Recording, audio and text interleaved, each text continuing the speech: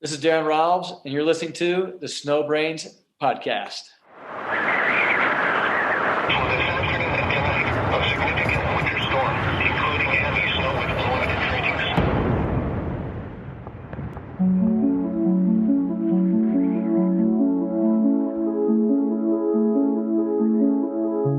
Hello, and welcome to the SnowBrains podcast, where it's my job to interview the most intelligent people in the snow sports industry and pass their fascinating knowledge on to you, our listeners. I'm your host, Miles Clark. I'm a professional free skier, a professional mountain guide, a UC Berkeley molecular cell biology graduate, the founder and CEO of SnowBrains. And when I started skiing at age 18, I moved to Bend, Oregon, bought a pair of Nordica rear entry boots and 201 centimeter long, 68 millimeter wide K2 FX Extreme skis, and learned how to powder ski from an old woman on a pair of Atomic Powder Plus fatties. She told me, heels down, toes up. Mount Bachelor's snowpack got as deep as 200 inches that season, and I was hooked for life. This episode of the SnowBrains podcast is brought to you by Icon Pass. Winter 21-22 on sale at iconpass.com.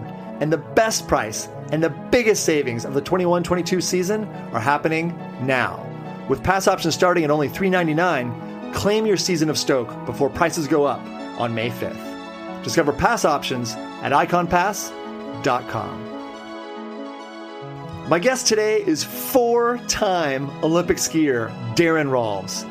Daron was on the U.S. ski team from 1993 until the year 2010. He has 12 World Cup victories, 28 World Cup podiums, 3 World Championship wins, 7 U.S. national titles. In 2008, he was the Winter X Games gold medalist for skier cross. He's the only American in the World Cup era to ever win the Super Bowl of skiing, the Hahnenkamm downhill in Kitzbühel, Austria. Daron is also the only American to ever win the Super G in Kitzbühel. Daron saw 7 podiums in only 5 years in Kitzbühel, which is unmatched in American history. Kitzbühel is just such a big deal. He has been to 3 Olympics as a ski racer and then 1 as a skier cross athlete. He's also was the world jet ski champion in 1993. His dad had the U.S. world water skiing jump record at 158 feet back in 1964, which is insane. Daron's done the Baja 1000 motocross race on a motorcycle in 2006 and took a terrible crash, which he tells us about. In 2010, Powder elected him as Best Line of the Year in their video awards, which is nuts. And he's also been an athlete for TGR, MSP, Warren Miller, Rage Films. Most of these he's just crushing big lines in Alaska and all over the world. Daron has been a Red Bull athlete since 2003. Daron grew up in the San Francisco Bay Area and now calls Truckee, California, home. Hello, Daron. Welcome to the show. Thank you so much for being here. How are you, man? I'm doing really good. First of all, good to see you, Miles. I know we shared a little AK days, just, side of the state, different places, but we shared some experiences up there. And you're up there, and I'm just back from Alaska. And a great few days of cap the season off. And now we're back to spring skiing. It's cooking up here in Tahoe. Oh, man, it's cooking up here in Alaska, too. You and I both rode the roller coaster of Alaska, for sure. How many days this season have you skied? Dude, I've never counted. Really? Never? Never kept track. And every year I'm like, I'll keep track, but I never do. I don't know, skiing quite a bit. Like on average, probably at least 4, maybe 5 days a week. I'm like maybe 70% at the resorts and the rest like all backcountry. Some incredible things this year, even given the challenges of COVID restrictions. I kept it close to home a lot early season. I went to Colorado just for a coaching at camp in Copper, far west. Did just a bunch of stuff around Tahoe, and then actually went to Austria to work on this film project on Franz Klammer, legend of the sport and downhill. He's an Austrian. He won the 1976 Olympics with basically the run that put downhill ski racing on the map. He's a friend of mine. I'm pretty honored to say, and just one of those guys is like a full legend and idol.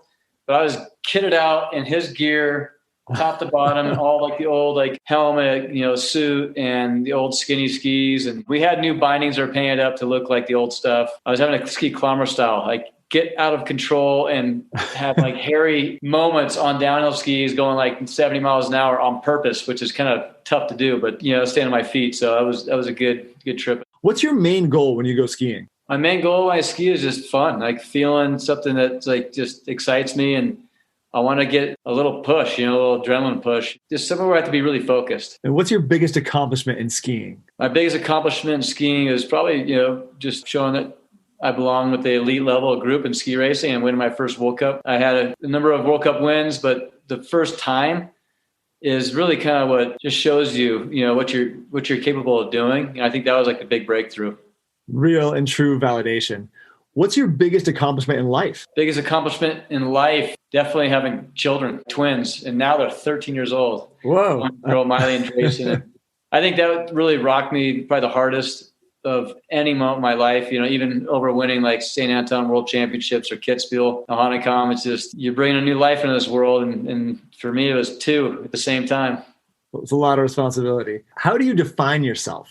I define myself as being, say, a hard worker and a scrapper. I'm always up for a challenge. Yeah, I don't like to back down. Now I've realized that as you get older, you kind of start thinking about more of the calculated risk you're going to take. But it's still fun to push it. Where's your favorite place to ski and maybe your favorite mountain ranges? Whenever I find good snow and great terrain, it's my new favorite. I mean, I live in Tahoe for a reason because I love this area, the terrain and the snow and just being around water. So I have to say probably Tahoe is number one for me, but really fortunate to see so much more of the world and score some just incredible days. And I mean, if you're going to take it to the next level, turn it to 11, it'd be Haines, Alaska. Haines is pretty special, man. What month of the year is the best for skiing and riding, and why? I'd say March. March is the best time of year because you still get lucky with some colder storms. You have a great snowpack with a lot of snow that's been built up. March, after a series of winter storms, just opens up a lot more terrain. And one of my favorite places around Tahoe is Donner Summit. And usually that time of year, you have good light. And if you have, catch it off after a good storm, you have this incredible rollover terrain, kind of navigating your way down. It's like adventure skiing, but March is, you got good sun and good pals. So it's a good combination. I like that. That's what Scott Gaffney calls the double secret location, Donner Summit. What would you do if you couldn't ski? If I couldn't ski, I go crazy, man. It's that easy. Straight jacket, you're locked away. Straight jacket, put me in a corner and lock me up.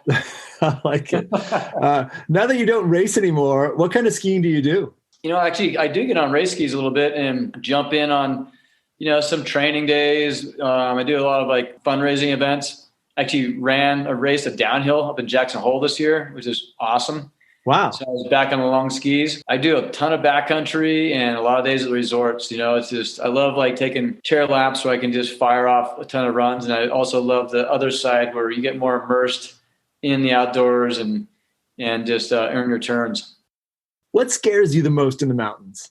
What scares me is more kind of just what snow can do. Heights. I'm not too comfortable with the heights when I get on stuff that's really sketchy and there's elevation drop. That's kind of what scares me, especially when I don't have my skis on. As a ski racer, I could make a good turn. I felt like if there's snow on anything, I could ski it.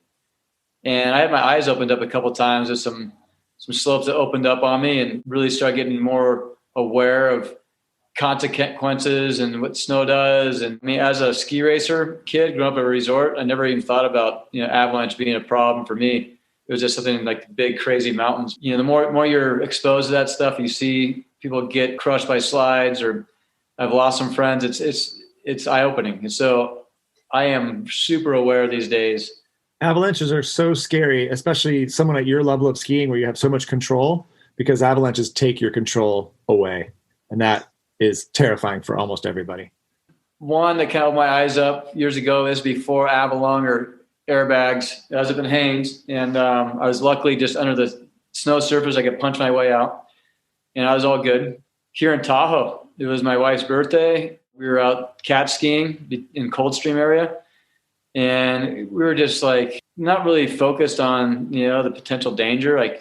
JT Holmes was out there with us, and we didn't have our airbags on us. And he dropped in right before me, and this whole thing unleashed on him. And he was buried 6 feet under, head down, kind of the gnarliest experience I've had, and it was like touch and go, man. We hustled so hard and got him out, and he was like kind of in and out of consciousness and then snapped out of it, and he ended up skiing back to the snowcat about half an hour later. It was crazy, but that really spooked me and everybody else around us. And it just shows, even on smaller runs, and you got to always be on guard.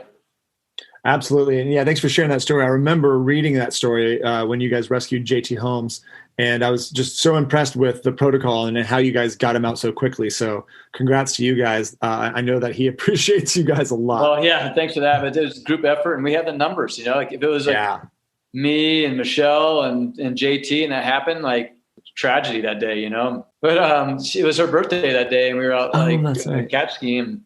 And it was like, she actually had a GoPro on, watched JT drop in. I think it was like 7.5 minutes from the time he unleashed his slide to when we got him out.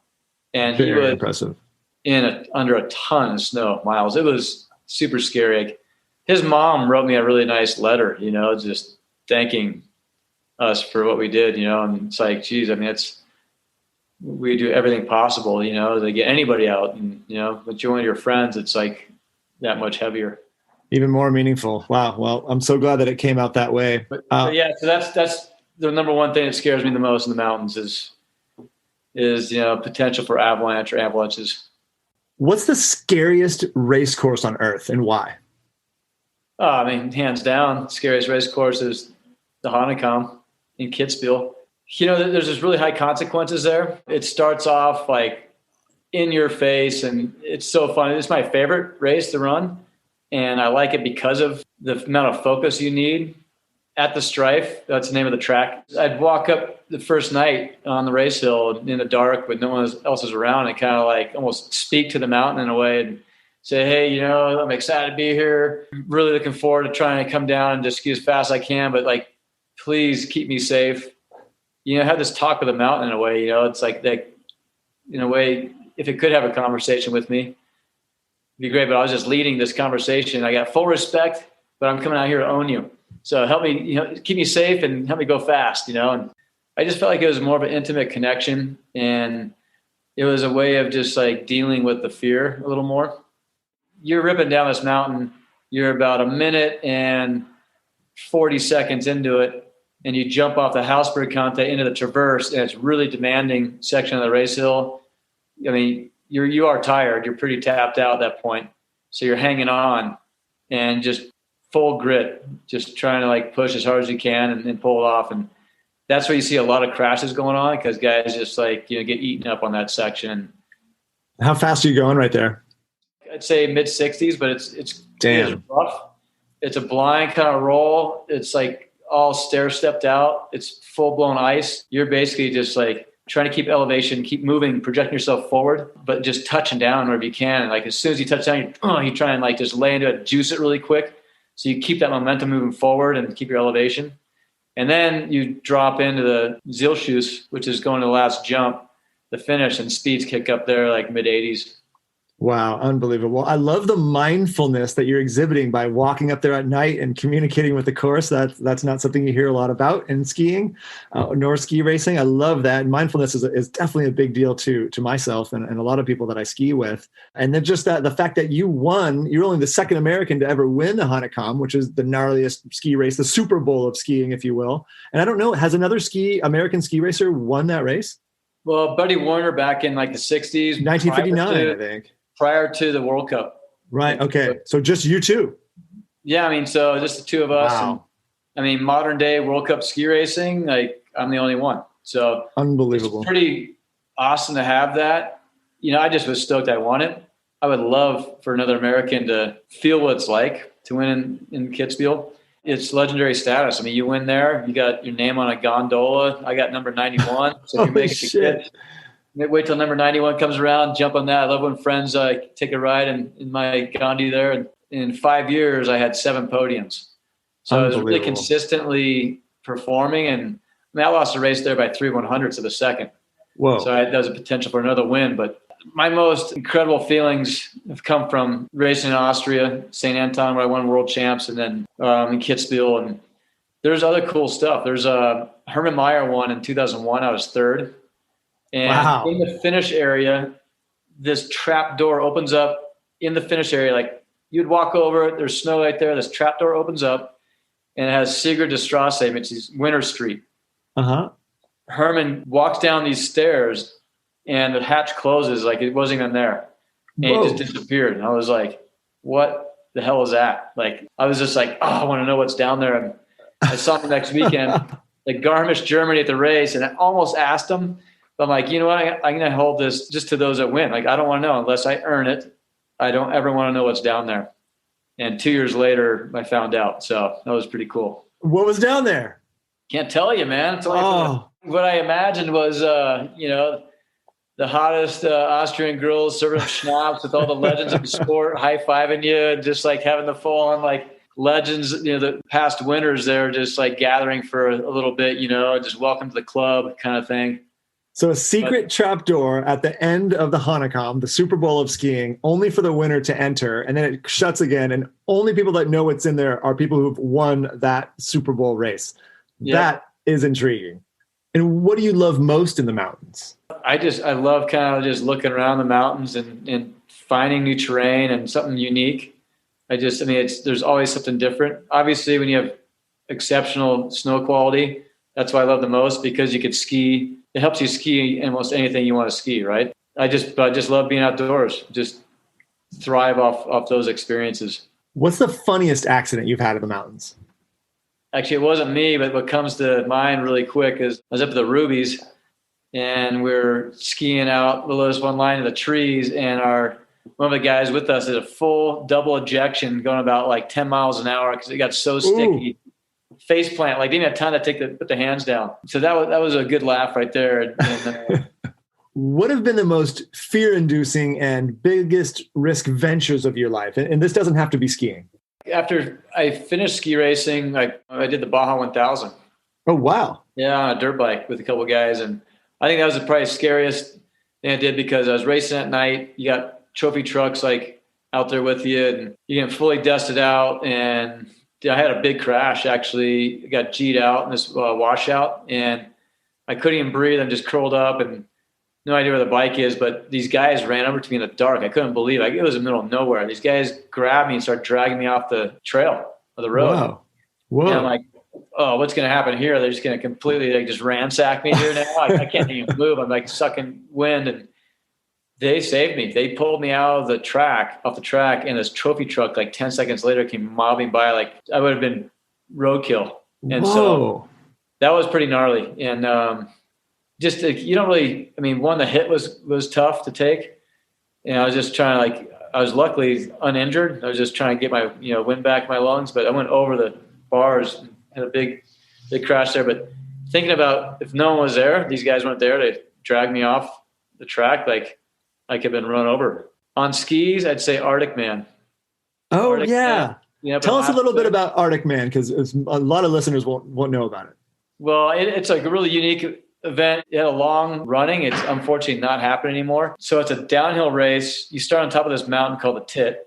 And this is like between Anchorage and Fairbanks in the middle of nowhere. You rip down this big old pitch. You come into this canyon, and the bottom of the canyon, it's about maybe a minute and 40. You rip around this turn, and you have a snowmobile teammate who guns it and matches your speed about 50 miles an hour, hands you a rope, like a ski rope, and you hold on to this thing, and you're just getting yanked up this canyon for another 2 minutes. And then there's a gate, like a race gate, that separates the snowmobile driver, your teammate, and you as a skier. So it's almost like a ski jumper, water ski jumper, waiting the last second to pull. Whoa. Hit the ramp, max acceleration. So you can't pull too hard and yank your buddy off his sled, but you got to pull hard enough to get good acceleration. Then you fly off this jump called first aid, and you land, and you have another 30 seconds to the finish line. So it's 5.5 miles, start to finish. And my time was 4 minutes. 1 year, Marco Sullivan got under 4 minutes. So that's an average of 80 miles an hour in over Damn. 5.5 miles on skis. It's crazy. Oh my God, that is crazy. But the gnarly thing is, if something happens, which guys do wreck, you're in the middle of nowhere. Like there's no hospital there. There's no helicopter on site. And so to me, that was probably the scariest like situation, like having that much speed and taking some of that risk. And if something did go wrong, you guys had to figure out quick. It was like a team effort. And there was no medical staff on site to help you out. And the closest hospital is Fairbanks, 3-hour drive away. That's so gnarly, man. In that vein, I always ask everybody this because I think it helps, bring some awareness and some gravity to the situation. How many friends have you lost in the mountains? Too many. Yeah. I mean, I don't know, just here in Tahoe. I mean, got an MC, CR, and I mean, wasn't here, but like Shane, and Mm-hmm. you got some big profile guys, but you also have a lot of other non-pros, that don't have the big names that go down. But that's, it's just Kip Garr and his girlfriend Allison, like that was Shockey just came back from Alaska and came straight down to Tahoe, and they went to go hit a line in Eastern Sierras, and both of them went down the same run. And that's just, it's tough. I saw them in the Cordova airport as they were headed down, and I was headed up. It was crazy, man. Kip was great. Yep. I mean, just, one's too many, right? And, even like some race kids, just years ago, I gave this young up-and-coming race kid that was on the squad team and gave him a downhill suit. And that winter, he went on the backside of KT to drop into Alpine and with his friend, and they both got buried in one of the, the gullies. And U.S. ski team lost 2 guys a couple of years ago outside of Sold in Austria. And it goes back to like, if you're a good skier, you feel like you can ski anything, but you got to be really aware of snow conditions and train traps. Absolutely. And so avalanches are often where we lose friends in the mountains. And how many avalanches have you been in? I've been in like 2 serious avalanches. One, I was never buried and waiting for somebody to dig me out. But with the airbag, that really helped me out that one time. I was up in the Kinnick filming with TGR, and then the other time at Haynes with Reggie, I was just on the surface. I was able to like actually get myself out of there. And it's nice. I mean, when you're filming, you have a good team around you. You have a helicopter flying in the air, and you have a guide in there, and they're right on top of me. Like as soon as I could hear them, like I was under the snow, I could hear the heli like over the top of me. I'm banging out, trying to get my head free and get an arm up and just show them where I was at. And I mean, if you're around a good group of well-educated and strong skiers, I wouldn't say you take more risk, but you feel a lot more comfortable. Everybody makes mistakes. It's just trying to minimize those mistakes. And if you do make a mistake, it's nice to be in a position to help somebody or get helped. Have you ever been hurt while skiing? Unfortunately, yeah. Getting hurt sucks. That's part of the game. And man, I had a run of hip dislocations. Ooh. 6. Just getting hit 6 times. No. And it was brutal. It's like a pain you do not want to experience. And it's so central to your core and your body. Did you have to have surgery? How did it get remedied? Luckily, I ended up having surgery after my last one because I figured there's something wrong. Because I had these 2 that just like, to me, I didn't feel like right at the end of that 6, the 5th and 6th dislocation, I was like, come on, something's not right. Right. But I had 3 from between 98 and 2002, New Zealand and Norway, then Squaw. Jeez. And then I had a run of 8 years of not having issues. And 2011, going back to that big year we were talking about earlier, it snowed on June 1st, and it was like a fresh fit of pow. I was like, oh, I got to go up there and ski the double secret location. Nice. And I couldn't get anybody to go with me. And so I just decided to go up there. I was in a hat with shades on. I ski down through Hart Chute, come up to the trestle. I'm like, I could walk over there another like 500 feet, just roll in, or I could just send this trestle. I was still like about 300 feet above it. Like I'll ski into it and just send it off this thing. And the last 10 feet was this crazy sticky hot pow because, June 2nd. Right. It was about 10 a.m. and just baking out. And I was in good pow, and I just hit the flats right there on the top of the trestle and just stuck me. And I ended up coming short, hitting a knuckle and just tomahawk down this thing and pop my hip out. And that was brutal because I was on my own, which is not a good thing to do, you know, good way to ski. And then I did again. And you hear that train? I love you have the Truckee train ripping through, man. Train's going by. I'm at my wife's studio right now. We're right above Best Pies. And oh, that's so cool. And I'll just preface for our listeners. He's talking about double secret location is Donner Summit, as we talked about earlier. And he's jumping off the train trestles are these big train sheds. So basically these big train tunnels that protect the tunnels from avalanches. And the trains no longer use them in that exact location. And you can jump off them and they're awesome. But this day it wasn't awesome. That was not awesome, you know, day for me, but it was until then. You've been on ski trips all over the world. What was your favorite ski trip? I'd say favorite ski trip with a little project involved was Race the Face.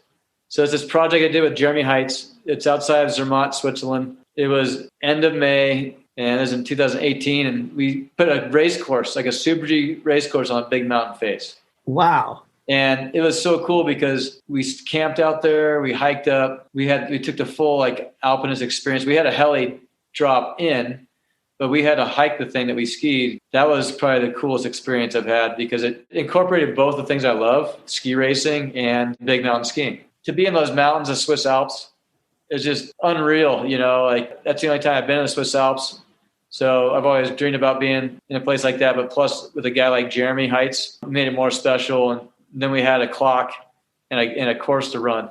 Sounds like your dream day, man. I love that. Switzerland, ski racing a big mountain was your favorite ski trip. Where have you not skied, but you'd love to ski there? I haven't skied Turkey. Yeah, there's really high elevation, some epic mountains there. And I think that'd be a pretty awesome trip to go. I don't really have any interest in going like crazy alpinist style, you know, where you need to like, you know, hang on for your dear life and just make one turn after another, just fully gripped, you know, over massive exposure. I wouldn't want that. Yeah, I just love kind of like more like the spines and runnels and stuff like that with good snow. But like, you know, having a long run. And Turkey has those big vertical drops. What's your favorite ski movie of all time? Favorite ski movie of all time? Blizzard of Oz. Good answer. Nice. Yeah, it's one of my classic, man. Just you can't. That's just what started it all, really. So you know what? Actually, there's one. Maybe I'll go to 1999. Walls of Freedom that Scott Gaffney and Rob Gaffney did, because that to me was more like a little more of my era.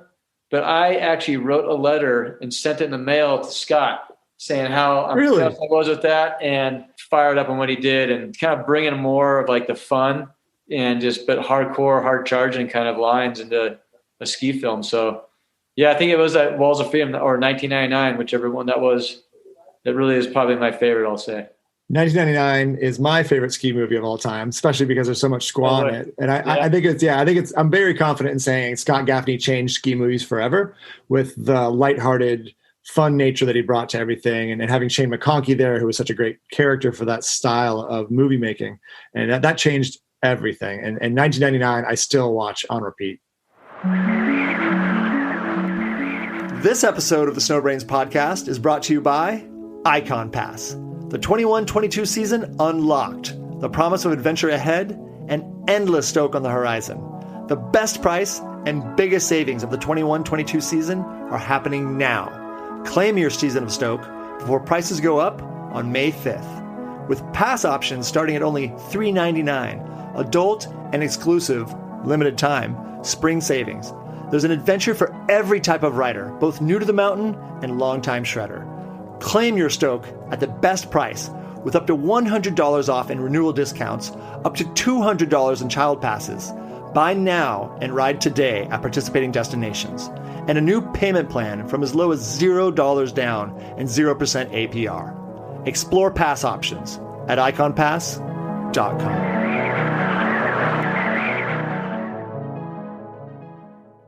What challenges you the most intellectually on a daily basis? My wife, yeah. I heard her. I love that. Yeah. She just walked in and queued me up on that one. Good. I like it. I've always been physically oriented, and I love like having something that makes me breathe heavy, like once a day. Just adventure, I guess. Maybe it is adventure, you know, and sharing that. Like now our kids at 13 exposing them to that kind of life. Family is definitely an intellectual challenge on a daily basis, basically relationships and management of adventure. What's your favorite book or books? You know what? I don't read too much. Maybe the last one that I really kind of was a standout was the Warren Miller's autobiography. Oh, wow. I haven't read that. Yeah, it's super interesting because, you know, his love for he was a self-made guy, growing up at the beach, building his own skateboard up, you know, surfing, skiing, doing whatever he could to kind of make things happen. And it's just funny. He's like, yeah, I'm digging this ditch for, you know, a couple bucks to try and put some food on, the table for myself. And it's just, I met this guy, Klaus Obermeyer, you know, and oh yeah, digging ditches too with me. And just like, he's what? I mean, one of the other legends of the history of our sport. Right. And just how his story was incredible. So I'm more about nonfiction. It's real and it's inspiring because it's real. And who has inspired you the most in your life? I've been inspired by a number of people. I say probably my dad is my idol because he worked hard, but he played hard too. And, you know, I learned how to be successful. I've been inspired by anybody that really like pushes hard. Like talent only, you know, does so much for somebody, but somebody that's successful, you know, they get it through hard work. And those kind of like people like just stand out in my eyes, you know, and just inspire me. Tell us a little bit about your dad. I was reading something about he was a water ski champion. He had a world record, like a 158-foot water ski jump. Yeah, so my dad was, he grew up in Oakland, California, and he was a water skier as he grew up. Like did everything. Back then, you do it all, you know. There was no specialized event, but he was a speed skier, trick, jump, slalom, and he set the world record and held it for 6 years for ski jumping. Holy shit. And then he was about 19, he was done. Like that was between like 16 and 19. And, you know, back then you weren't getting paid. It was just fun, something to do. And he pushed it. And then he, you know, went to school and he joined my great-grandfather and my grandfather. He joined them in building homes and moved it kind of into more of the commercial world. My dad took the chance of going from residential to commercial and made a good move there. And he's always trying to educate himself on the next thing and just stayed really in touch with that kind of world. He showed me that you put work in and you get to play afterwards. I love that, man. That's cool. Yeah, I grew up for a long time by the Grand Lake Theater in Oakland. But, oh, really? Yeah. Nice. Yeah. So my last question. Oh, go ahead. I was like, you know, my grandparents were Oakland Raider fans and had like season tickets for 20 plus years. So whoa, that's fun.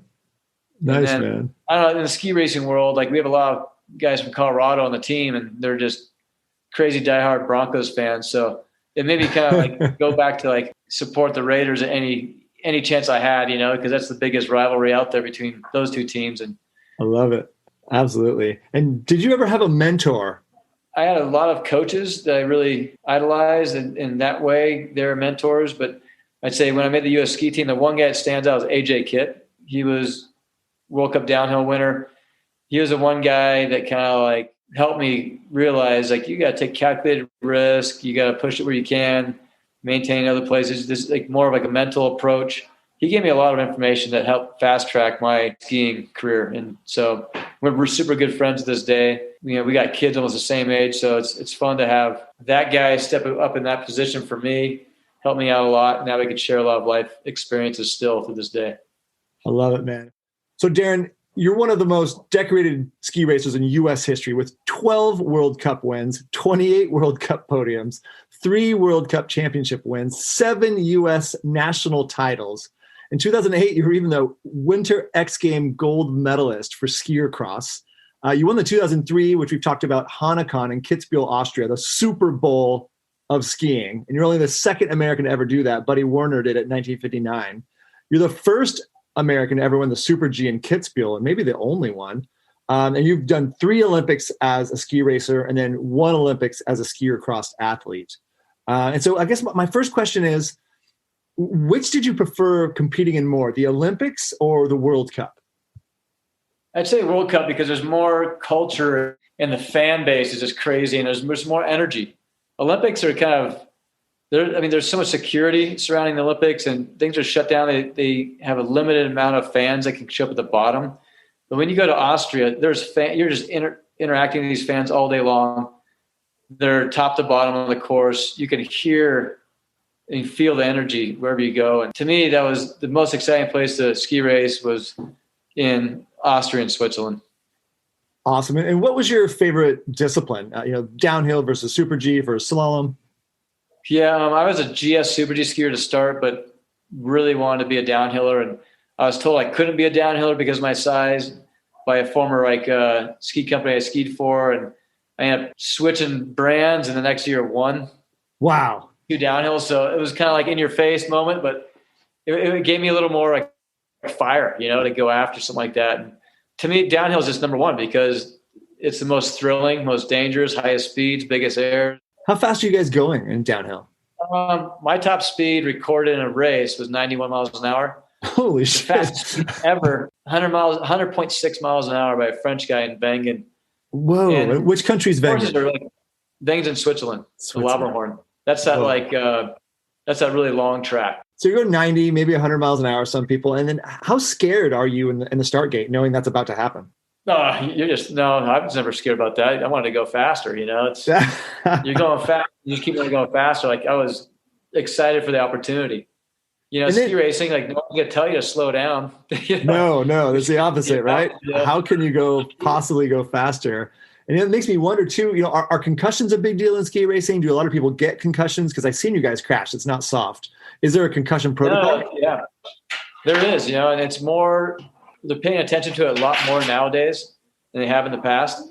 But for me, I never had a concussion. I mean, actually that I know. Oh, wow. That's great. I've been knocked pretty hard, but maybe I'm just built in a lucky way, or I've been wearing the right Giro product out there. It's just, when I was racing, it was pretty thin helmet. Now, like the technology, spherical, and the MIPS and just the materials I use help just absorb that impact. But that's a big thing. Like now there's on the U.S. ski team, there's protocols. We had to do a baseline concussion test at the beginning of the season. And if you did get rocked pretty hard, they would go through that testing procedure to see, how far off you were. And, it's just, it's a shame. Like this year, Keely Cashman, she's a Tahoe squad girl and got 17th, 16th, and then 10th in these World Cup races in Val d'Isère. And then she went training with the U.S. team in Garmisch, Germany, and it had some fluke little thing, like her skis caught, and she went down and wrecked pretty hard.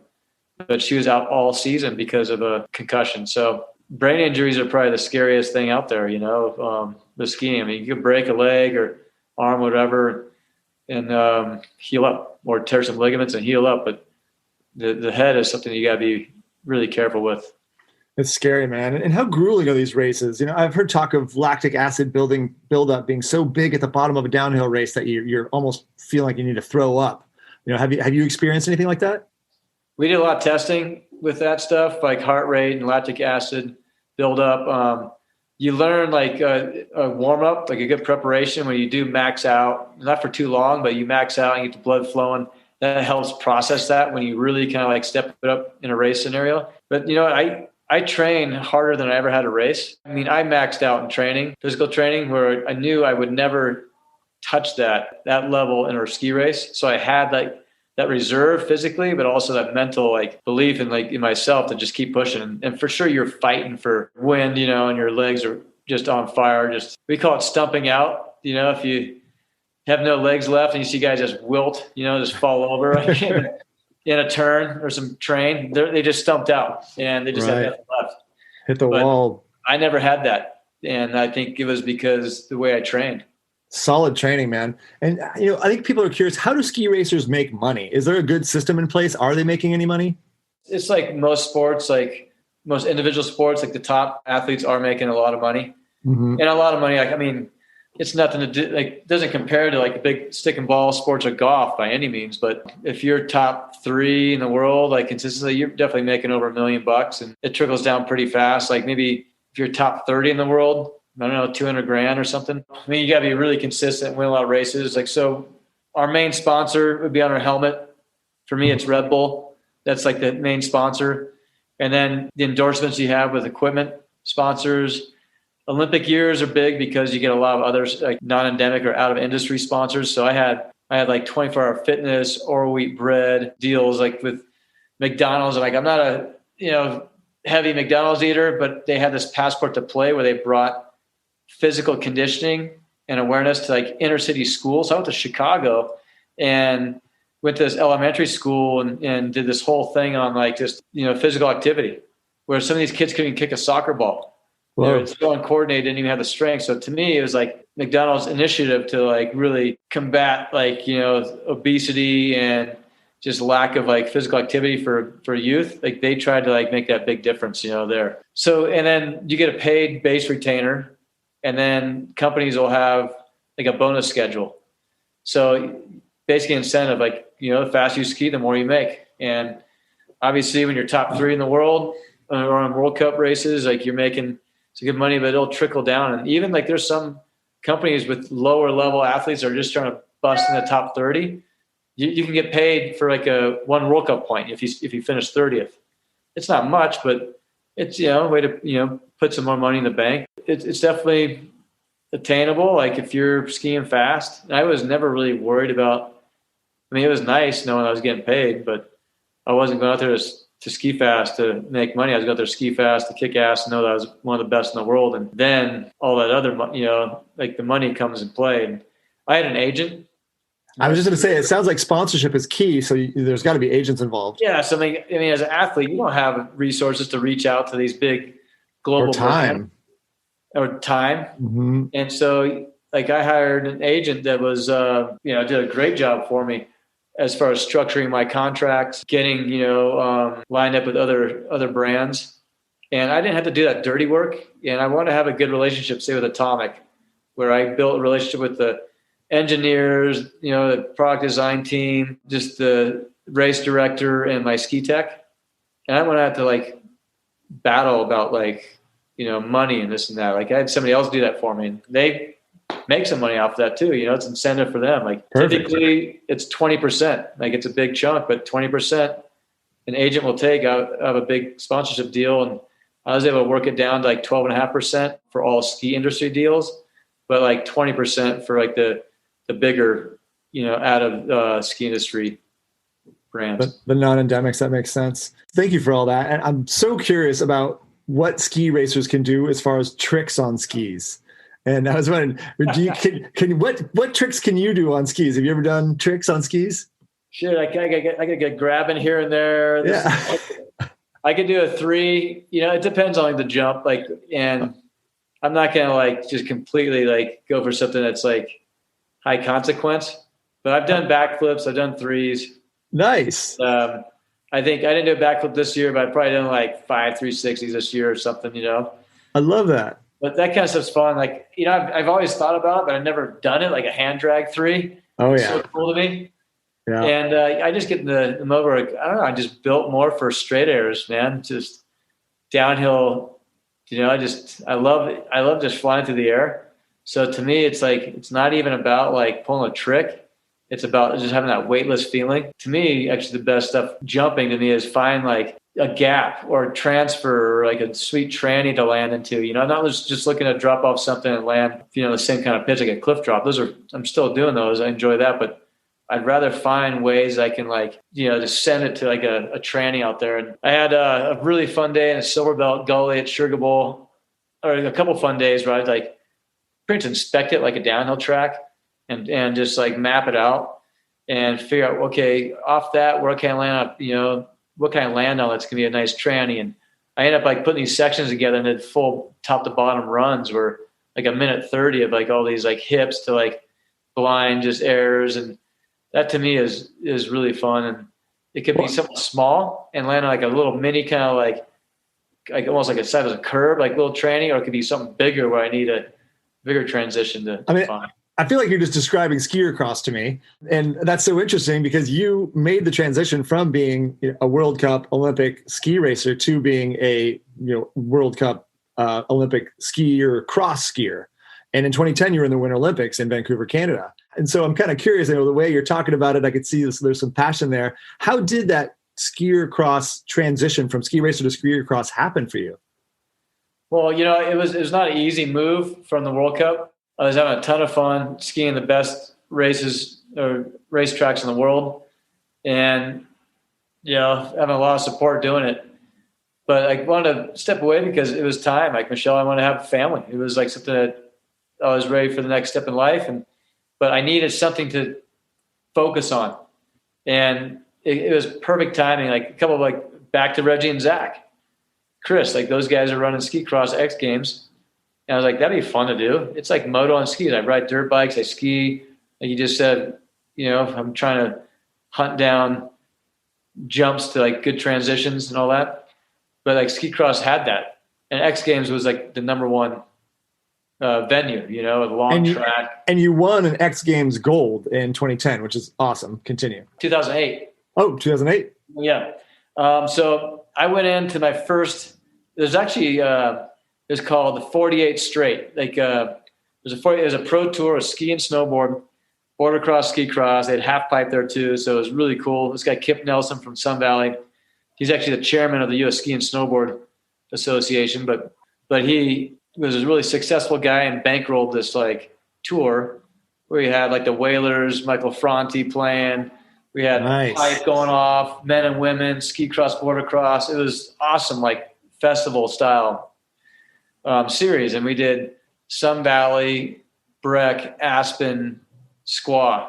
I got into it that way. Like I was pretty much the fastest qualifier every event, but I'd stack in the finals. I had a shitty start. I'd be like just behind all these guys and try and push too hard going into corners and get boxed out. And same thing for X Games. In the finals, I got boxed out and skied over some guys' skis and went down. It was an easy crash, but I was out, you know. There's a lot going on. It's not only how fast you got to ski yourself and pick the best line, but you have to have plan B and plan C, and you have to get to know your competitors. You got to pick a start. Be mindful of where the other guys are going to be lining up, because there's like the French team; those guys are nasty, man. They would try like you know, two of those guys in the finals. They're trying to gang up on the fastest guy, and they were incredible fast starters, like quick twitch muscles, and just smoked me out of the start and boxed me out, and I can't go anywhere, right? But so the next year I learned how to. I put some time into technique and training actually for starts and won X Games. And then it's like all of a sudden now it's like a new sport in the Olympics. So I'm like, I don't want to go back to the Olympics. Like I'm fun just doing X Games and this pro tour. But then I was figuring like, you know, how cool it'd be to debut a new sport first time and have a chance of, you know, being at the top. And one thing I fell short on was Olympic medal. So I went to a few World Cups. I did like a really small run of World Cups just to qualify legitimately and get my spot. I was in Austria next to Kitzbühel at St. Johann and got second in that World Cup there, ski cross. It was a night ski cross, super rowdy one. It was an awesome event. And I went from fourth in the final up to second. So it's kind of fun to you're battling side to side and making moves on guys. Like that's the best kind of way to win ski cross, by the way, or border cross. Go from the back of the pack to the front. I like that, man. That's good advice. You're making the moves and you're owning those guys out there. And guy that I love hanging out with, Nate Holland, here in Tahoe. He was notorious for like having a shitty start, but he would just motor through the pack. And X Games, he pulled out so many wins by doing that. And it just, I studied all that stuff, you know. And so to me, it was like a natural progression from racing because it had racing elements. It had stuff I loved, you know, ski, terrain. And it was like that moto style event.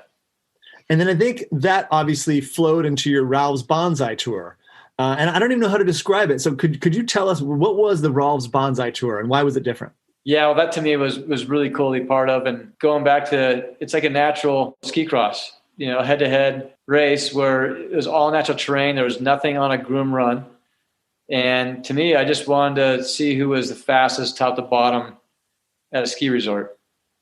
And when you have an off-piste kind of venue with a ton of terrain, and it's choppy and it's rough, you have to have some skills and you got to be willing to push it. And you're around others that can affect your outcome. But, you know, we had it at Kirkwood, Alpine, Squaw, and Sugar Bowl, like big years. We had 4 events.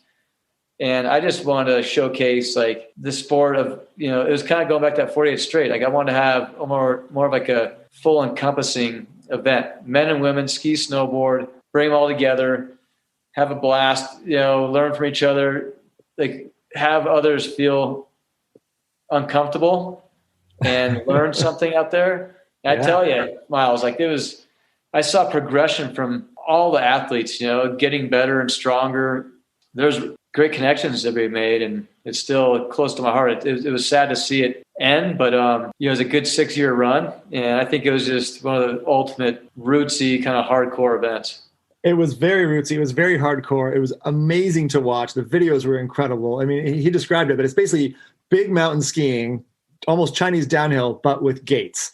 And then I think it was, you go 4 at a time. So you're just going down the mountain, natural mountain, moguls, whatever it was. You had to get around these gates. Whoever got to the bottom first won. And my understanding was if you made it to the finals, they would race against you. And did anybody ever beat you, Daron? No. No, I didn't think so. Quick answer. I've been a big bash, the pride, and I mean, it was an event like I mean, that's my style of like skiing, going fast and holding on and just, but I love skiing. I set this course and incorporate as much terrain as possible. Trying to read the mountain where if I set like this, it's going to naturally kill speed in certain places. And there's no spot where you have to really check speed for the fastest ones out there. They could run it like full tilt and have the mountain naturally slow them down spots. But going back to say Alpine Meadows on the face, I set it where you can make all the turns you want, or you can go straight line top to bottom. And that was a full-blown mogul field. Whoa. And there's in the finals, there were some guys and girls that were just all out straight line. And wow, it ended up being, some pretty exciting skiing. And you take the chance to kind of like throw it down, and it comes back to bite you sometimes. But that to me, it was just the most exciting thing to do. And I remember like growing up for me, we didn't have any parks or man-made jumps. It's all natural terrain, and we would just see who could go down the mountain faster. So it's kind of like a throwback to like what I loved as a kid. I've been in Tahoe for 19 seasons now, at Squaw, 1 season at Kirkwood. It was the coolest event I ever saw in Tahoe, and it was very clear to me and everybody when you'd see the name of the winner, often was a Tahoe person, and you'd go, yeah, that is the best skier around. Yeah, it really showed who was the best. Yeah, it's just, I try to like reach out and get a lot of people from other, states to come out. And we had a good, contingency from like Colorado, Wyoming, Utah, everywhere, Montana, Oregon, Washington. But it was tough to beat a Tahoe skier. It was, man. Tahoe's got some strength. In a way, too, I wanted resorts to like build a team, like send the Snowbird team. Yeah. Send the Jackson Hole team. Yeah. Send the Sun Valley team. Send like your Bachelor team. And we'll have a Squaw team or Alpine team or Sugar Bowl team, Kirkwood team, and see who produces the best skiers in that kind of like, all out format. And so I want to kind of like, it's fun when you put, as the individual people up against each other, but also like a team format that never really came together, but it sure did drive a lot of intensity. And I was raising $200,000 a year for that series. And that's so to me, that was like, I was hustling, trying to bring sponsorship in. I was building a team, working with the resorts, doing the insurance stuff, like everything, nuts to bolts. But I wanted to be there for the athletes when they showed up and help them with tactics or make them feel a little more comfortable. I would run the track too. And I was getting pushed hard, by these guys. And I remember I wanted to be more of an all mountain ski. So I didn't want to be a race, athlete or a ski racer that's going to be really the one just walking away with it. Mm-hmm. So I started I was opening up the qualifying on all mountain skis, and I got beat in one qualifier in Kirkwood. And that guy, Johnny Botchick, was using GS skis. Oh. And it was like, oh, Darren's done. He's going down, this and that. And so I'm like, okay, you just fired me up a little more. And I came out the next time with some GS boards and threw down an Alpine and smoked the field. And I just set the time, the pace. But these guys were right there. It was that time I really took all the risk possible because there was all this chatter, I could get smoked to the season. So I went out as hard as I could and took quite a bit of risk and came down and put a sick run down. So just for the men's ski, I had the super final, and the winners from each stop, we would stack in a fifth gate at Sugar Bowl, and I'd line up with those guys. And I brought $10,000 in cash in the morning and put it on the table for registration. Woo! If you beat me, this is what you get. You walk away with this. It was money out of my own pocket, really, and I didn't want to lose it. Plus, I didn't want to get beat and get, have that like just be the talk of the town. So one ski race that I did lose here in Tahoe. Oh, wow. It was the Pamuk-Schlanke. Oh, yeah. And it was the first year, and Shane was awesome. Like, he was like, all right, he's like lining everybody up. There are no rules, this and that. He's like, you guys ready? And we're like, yeah, screaming, yelling. He's like, 10 seconds. And then he's like, 9, 8. And he turns around and starts skating off. And he's already below us. Dude, and it was just the full, like, everybody's tugging on each other and battling to get down the mountain. And I got behind Shane, and I couldn't get close enough to get in the draft, but I was like 30 feet back from him. On snowblades. On snowblades, yeah. And we're jamming down that, like, right past the bottom of the headwall chair and get on the mountain run. And there's a race to Dave's Deli. Okay. And Uncle Lee's on the mic, and he's just, like, railing me because I got beat by Shane. That was, like, the gnarliest, like, leg burn I ever had because those little snowblades, I could not keep those things from just – oh, man. They're just, just quivering. My legs are quivering trying to hold those things and keep them under control. And Shane was in this funny little tuck. He had his knees together in this little crouch tuck, and I saw his feet, and they were so quiet and smooth. I'm like all over the place. I can't keep my feet under control. And I'm trying all these different like positions, trying to like figure it out and lock it in. But I think my legs are too tired to hold the skis under control. And Shane beats me, and I was like, okay, I don't want to have that feeling again here in Tahoe. So that was the incentive for Bonsai. I love it. I love that backside. I did the Pamuk-Schlanke once too with very little clothing on, and I fell a lot. It was embarrassing. I was nowhere near the top of the pack. It was ugly. But speaking of Shane McConkey, a fellow Red Bull athlete, I'm really curious. What's it like to be sponsored by Red Bull? What are the perks? Why is it awesome? Well, Red Bull in my eyes is like the leader of the pack, in all action sports for a sponsor. I was a true just user. It wasn't like I just, joined the team and started drinking after that. But Shane, just watching what he did, it was crazy. And he was like the first North American athlete, I think. And they're doing tests in certain areas in Humpty's, this old bar across from Safeway there in Tahoe City. They were like, they had these Red Bulls, and everybody's drinking Red Bull vodkas or, mixing some Jaeger with it. But it's also this energy drink, and it's an Austrian brand. And I was sponsored by Atomic, an Austrian ski brand. And to me, that was the really exciting just product and brand to be involved with. And my agent, going back to my agent, he had some relationships with Red Bull and worked a deal out, but they wouldn't give me the helmet. They're like, we'll give him a water bottle to like just have it at the press conferences, media, all that stuff. And whenever he's training, he can use this. But it's like, they're like, okay, we want to make the next step though and be rocking this like Red Bull helmet. And like, well, we're not interested in ski racing, but we'll make a deal. If he wins Kitzbühel, the Hahnenkamm, we'll do it. Next year I did it. So they stuck with the word. Wow, I love that story. Which was crazy is I think what they liked about me, like I used to race jet skis, I ride dirt bikes. I wasn't just a normal ski racer, just pounding out the weights in the gym and just being the robot that most of those Austrians were. And the Austrian guys were trying to like get connected with the brand. Like Hermann Maier, Stefan Eberhard are the best guys in the world right then. They couldn't land, or get Red Bull interested in supporting them. So they were shocked that I had it. I showed up and sold in Austria, had the Red Bull helmet, and they were kind of giving me shit. And I was like, I got to show these guys, that there's a reason why Red Bulls picked me instead of anybody else. And I didn't have a great race in Solden, but we got to Beaver Creek. All the Austrian guys from Red Bull showed up. All the U.S. guys showed up, and I came out and I won. Yes. Home turf, just owned it in Birds of Prey. Nice. First year rocking the Red Bull colors, and it went off from there. So I needed to do that for myself, like to show that I was worthy. Yeah. Because, I had a lot of like doubters, especially the other athletes that were better than me and ranked better than me. I stepped up, and then they came to me saying, hey, okay, we want you to come over to Austria, go through our entire physical testing protocols. And they put me on a crazy program, like a physical training program that I couldn't even keep up with. Like I had to like back off on it. Wow. But it was a game changer for me. Like it showed me like what I should be doing. And I worked really hard it took me 2 years to actually be able to handle this program that they gave me. And then they said, what else can we do to help your your performance, like make you be more comfortable over here in Austria. I was like, well, I was hanging out at Washougal at this pro motocross race with Ricky Carmichael and his RV. And how about like an RV or something like that? Like that is my tour bus for the season. Ooh. And they ended up like hooking me up with this. It was called Beat the Street. It's a black bus.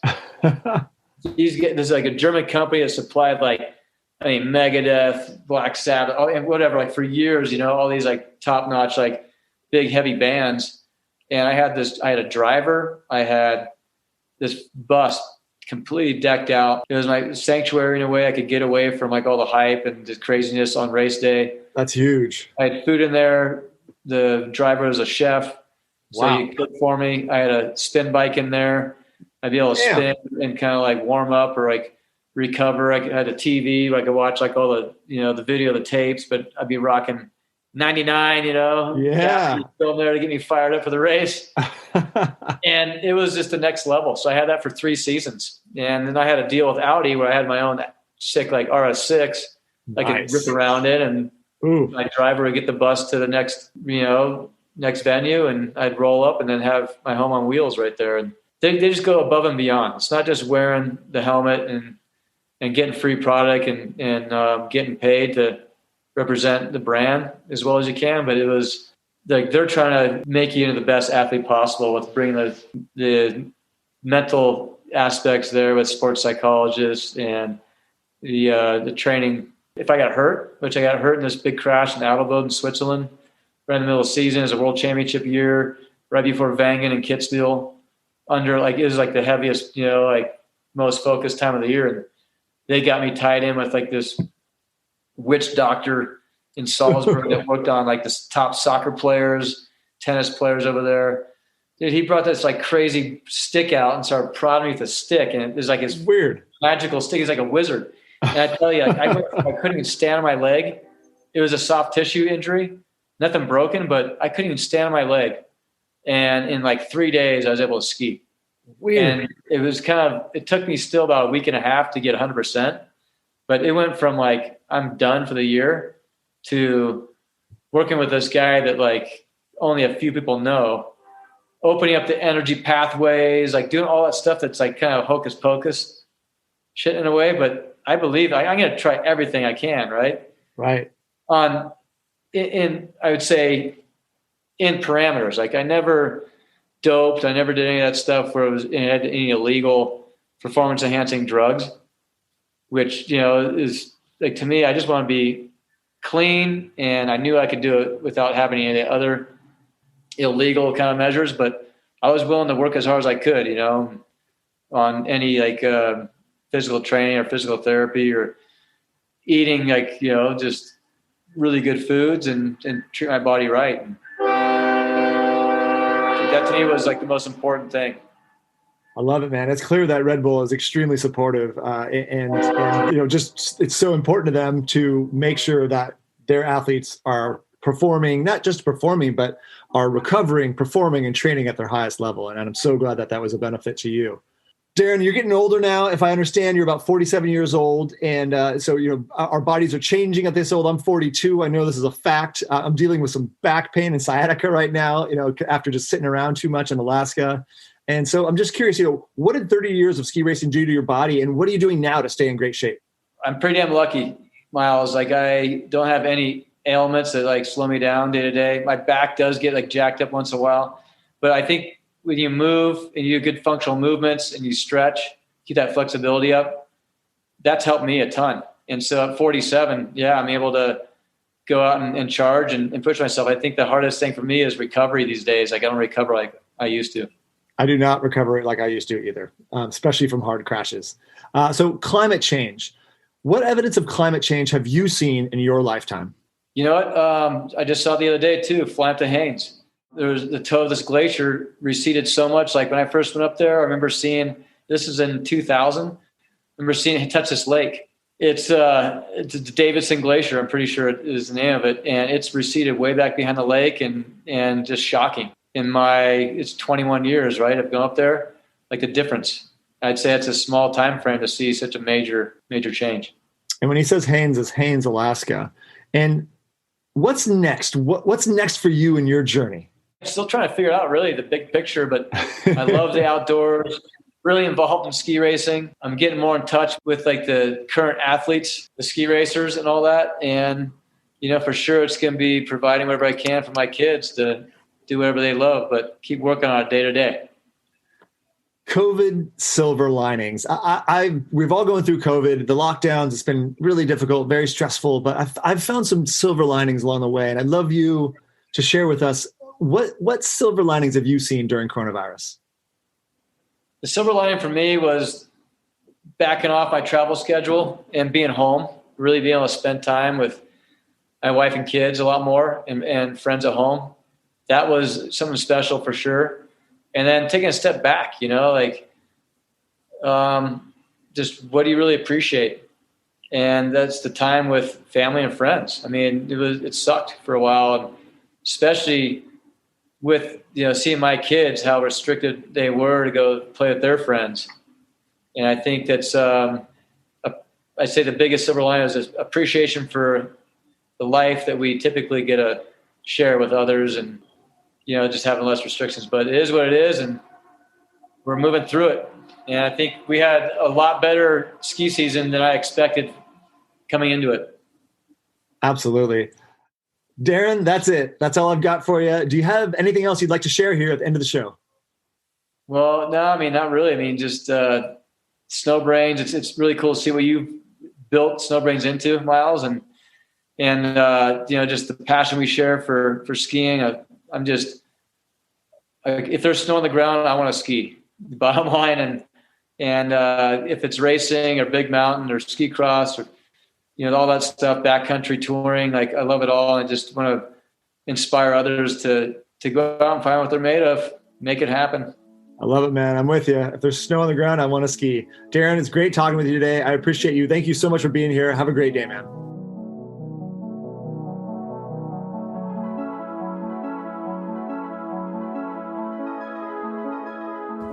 Thank you so much for listening to the SnowBrains podcast. If you liked this podcast, please share with your friends and family, and please subscribe. To find out more about SnowBrains, please visit us at snowbrains.com. You can also find us on Instagram, Twitter, and Facebook at SnowBrains. This episode of the SnowBrains podcast is brought to you by Icon Pass. Unlocking access to more than 40 unique Icon Pass destinations. From the second you score your pass and stake your claim to the 21-22 season, we've got an entire season of sweet stuff to look forward to. Own the season, own the stories, own the stoke. Prices go up May 5th. Buy now for 21-22 at iconpass.com. This episode was edited by Robert Wilkinson. The music was done by Chad Crouch. I'm your host, producer, and creator, Miles Clark.